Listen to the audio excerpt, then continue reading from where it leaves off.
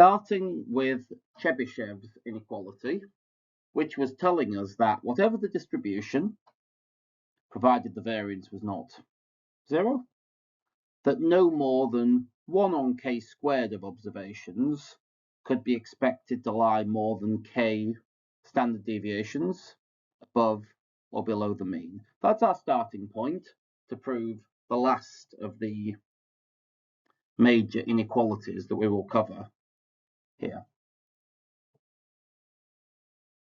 That similar inequality is Cantelli's inequality. It's sometimes called the one-sided Chebyshev inequality because it's only interested in one-sided differences between the random variable and its expectation. So we'll start as we did before and take a random variable, and our only assumption is that it has positive variance. And we'll call that positive variance sigma squared. So I'll now consider a random variable q, which is just x minus its own expectation. I hope it's fairly clear to see that that has 0 expectation, because the expected value of x minus the expected value of the expected value of x has to be 0, and its variance has to be the same as that of x, which by definition is sigma squared.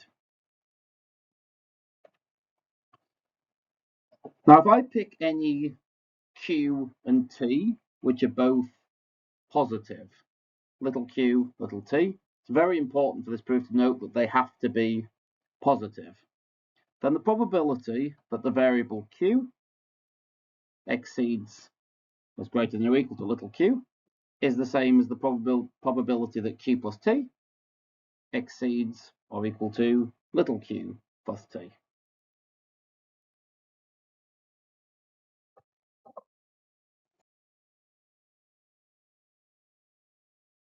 If I now consider the square, the probability that q plus t all squared is greater than or equal to little q plus t all squared, that has to be less than the probability that q plus t exceeds or equal to little q plus t. Now, remembering that both little q and little t are positive, and the reason for that is that q plus t greater than or equal to little q plus t implies that the square is greater than the square of little q plus t, but the converse isn't necessarily true.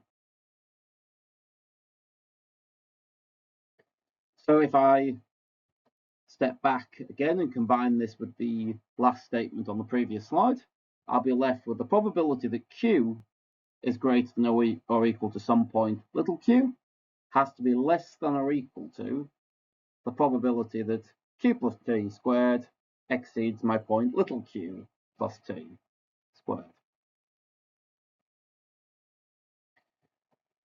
At this point, I can resort back to Markov's inequality and apply it to the right-hand side. And then I can say that I've got the bound on this, which is the expectation of q plus t all squared over little q plus t all squared. So I know what this is. I know what the expectation of q plus t all squared is. Well, it's going to be sigma squared plus t squared. But I now want to establish a tighter bound, because that's just in terms of this little t that I've introduced. So I want to tighten up that bound and say which choice of t is going to minimize that.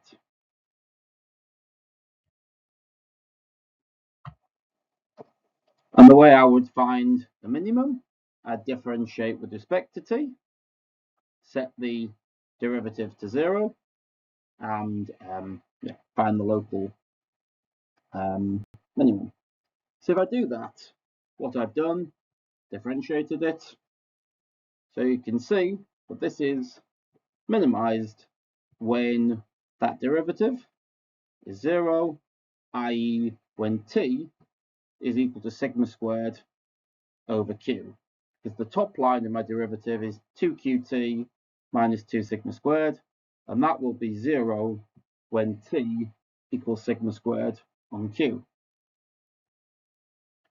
So I substitute all of that in and tidy it up a little bit. What I'm left with is that the probability that q exceeds or greater than or equal to some point little q has to be less than or equal to sigma squared over q squared plus sigma squared. So this looks a lot like the Chebyshev inequality, but it's not talking about how much of the distribution can be more than so many standard deviations above or below the mean. It's only talking about above this point.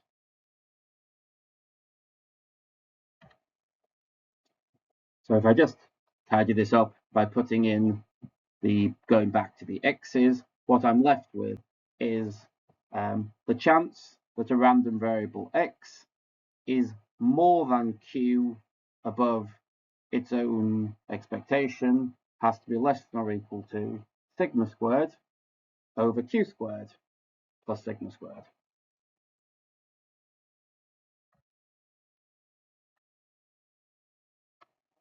And as the name suggests, Francesco Cantelli deserves some of the credit for this, although it's often also attributed to Chebyshev. And it also has a nice corollary or consequence, which actually means that if I set q to be a standard deviation, then I get an inequality around the mean and the median. So what I get to is that I get to, for any distribution, the probability that a variable is greater than one standard deviation plus the mean has to be less than or equal to a half. And similarly, if I apply the same arguments to minus x, then I can get a similar inequality at the other end. And if I put those two things together, what it does tell me is that if I set the median of the distribution, which by definition is where I've got well, half the distribution above, half the distribution below, then what it does mean is that whatever the distribution, the mean and the median cannot differ by more than one standard deviation. However skewed you draw the distribution, whatever its variance, the mean and the median have to be within one standard deviation of each other.